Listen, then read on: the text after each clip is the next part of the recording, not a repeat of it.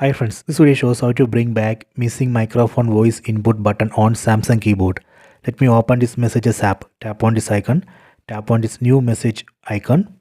Here you can see Samsung keyboard, but in this keyboard microphone voice input button is missing here or here. I will show you how we can bring back this missing microphone voice input button here. Go to settings. Tap on the settings app icon. Then go down, tap on general management, tap here, tap on keyboard. Here enable this option, keyboard button on navigation bar, enable. Then enable Google voice typing, tap here, tap on OK, done.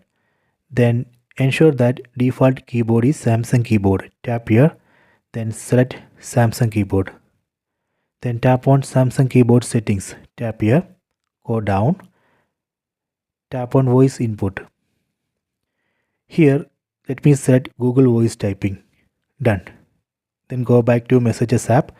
Tap on this icon. Now here in this Samsung keyboard you can see microphone voice input button of Google voice typing. Let me test. Tap here. Hello testing. See, it's working. If you want to stop, just tap here and stop. Let me go back. Then again go to settings. Under Samsung keyboard settings, select voice input. This time I am going to test Samsung voice input. Tap here. Done. Then go back to messages app. This is a microphone voice input button of Samsung voice input. Let me test. Tap here. Hello testing. See, it's working. If you want to stop, just tap here. This way we can stop.